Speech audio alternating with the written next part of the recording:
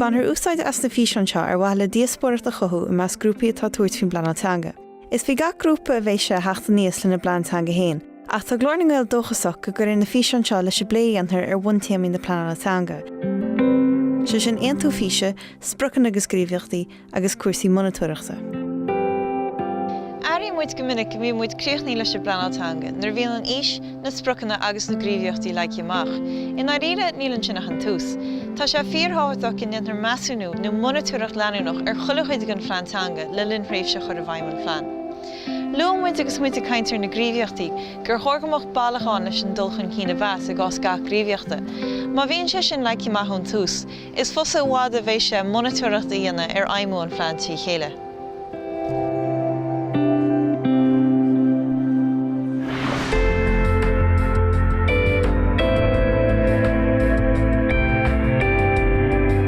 Ag stad is go gahamid bheith smaoine bhar ceanchaí ar féidirling an rud atá aing a chosant a chuomhnú agus í thuirtar aige dtíon chéad lún eile. Mar rud atá muid i ggéaranna ag an le chéad bliain eile go méid an Gaeilge fós an nuachtar an seo mar hanga pobail. Agus bíonn muid ag agrú tionscadal ag cheanglíonn an Gaeilge agus an pobail i chéile. An ceanna rud i dhéanamh muideann an drámaíochta úsáid. Rinne mar tionscadal drámaíochta orbert an blianta caite ina nearna grúpa dégóirí as a geantar. Drama a chorla chéile a bhain le scéalóní na néan ach é déanta mealachéach nó aimseach a hilas go thomláin. Agus bhain siad in iarsásamh sin. A chamáile sin, chuir sé chuid a chobaigh gaeilgeoireacht le chéile den chéadú riamh.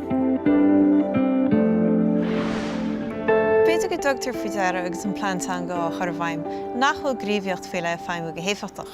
Sa gá sin ní fiú leanach le rudaí mar atá. Beár a bhád an sin a gríomhíocht sin a leasú go deochar ar chuirthaigh níos éifeachtaí, nó deireadh ar leiche agus ceanna le ar fada chuir na háit. Ar a gcuid céanna, tá sé tátacha aithin ar atá gríomhíocht a feimú go hána éifeachtach. Beidir go bhfuiltí an chuirthaigh céanna úsáid le gríomhíochtaí eile dhéanana níos éifeachtaí chomá. Moltar na gríomhíochtaí a bheas ar bhain réalta ach ar bhealachán simplí, céir táid gobar, céir nachhuiile gobar agus ar chóirín leasú dhéanana. Agus an Measúnú nó an Monatóireacht ar bun, ba chóir fille i gcónaí ar an mórsprach agus ar a bhís, mar go gcíntóid sé seo go méid corthaige cóirdaithe cóáite a bhaim, agus go méid na gríomhíochtaí i leog ar dúirta drón sprach amach agus an níos íru. Chonig mar go bhfuil cócht anmhór a baint leis an drámaíocht ó híh dín óga a spreaga, dín óga a orbert marghine agus é sin íana tre Gaeilge, go nádúrach. So be muid i déanamh bhad níos mód an cinál oibre sin leis na dín óga. Tá sampla amháin tionscadal le dín óga ná oibre. Bhí an áis ríomhaireachta seo chur le chéile tre Gaeilge le inistíocht ó riona Gaeltachta, text-based léinse dar. Agus riála mar é sin amach leis na dín óga, agus thugam mar le chéile iad ag obair ar text-based. Ach thugam mar for deara, héis go raibh an text-based héin tre Gaeilge, go rúmpa sé iad dína fiúháin a bhíonn sa Glór Gaeilge le chéile go rúmpa sé ar an méle. Ní dólam go dhéanach muid ríiste ach dáineanach dhéanach muid ar an ghuichéanna. Dúr na raibh leis an tionscadal áirithe sin, phléimar é sin ag an gcumann forbartha agus thochraí mar má tá muide chun iirecht dhéanana go í bhaim mar dína óga, bhfuil ní ar an ghuisean dhéanach muide chach muide dhéanana tre bhealachéchans eile agus bheith muide chur bhhaid níos mó béim mar drámaíocht a seo amach mar. Moltar abhreanú omlánaíana ar chulachuid gon phlean Teanga héis tréimhse réamhthocraí áiride. Má bhíonn Monatóireacht leanúnach déanta ar blanó tosaíúthach ar bhaim, is cinnta go ndeanann sé sin an tabhreanú seo a éascú. Mar chuide an abhreanú, ba chóir fille ar an taide a riniú an chéad láiriú, agus tuairt faoi thugar taide gon cinál céanna a ríist. Le feiceáil a bhfuil éon airú tacaí ar thuasaí Teanga idir chleachtas, chumas agus dearcha ó hin. Ba chóir breanna ar na gríomhíochtaí éonar ar fad chomá, a bhfuil mór an leasaithe déanta ar a bplean ó dtíochtú ar dúsa. Céir atá gobar go héifiachtach, céir iad na himachtaí a bhíonn tóirarú.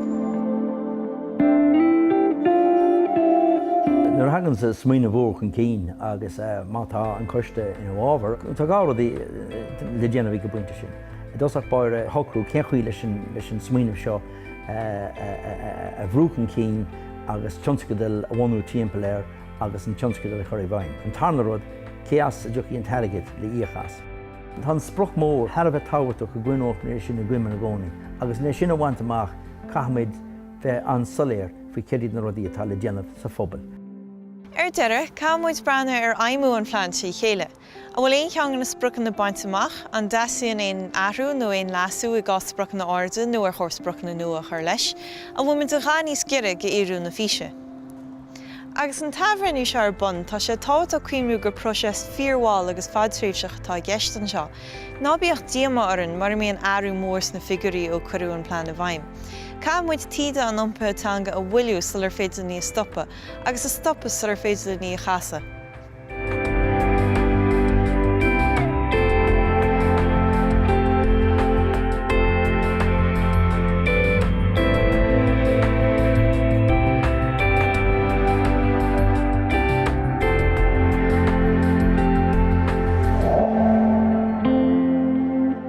Déan teagóil le Glór na nGael le tuile eolas, cuidiú agus treoir maidir leis pleanála Teanga.